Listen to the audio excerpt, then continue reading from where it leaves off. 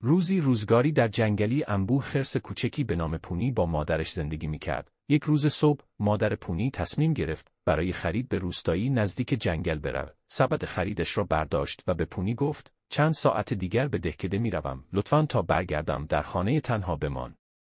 پونی قول داد به مادرش گوش دهد. مدتی بعد پونی صدای در را شنید. با کنجکاوی به سمت در رفت و پرسید: کی آنجاست؟ صدای آرامی از آن طرف در جواب داد: این منم، خرگوش کوچولو.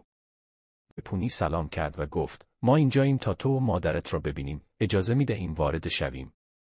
پونی خرگوش مادر و خرگوش کوچولو را به داخل خانه دعوت کرد. پونیا از دیدن دوستش خیلی خوشحال شد و با هم بازی می‌کردند. ناگهان مادر پونی که با سبدی پر از خوراکی به خانه برگشته بود خوشحال شد. با دیدن خرگوش کوچولو و مادرش تعجب کرد. برایشون چای و شیرینی آورد و همه با هم شروع به صحبت کردند. اون روز پونی و خرگوش کوچولو لحظات خوشی را با مادرانشان سپری کردند و یاد گرفتند که دوستان واقعی همیشه با هم هستند.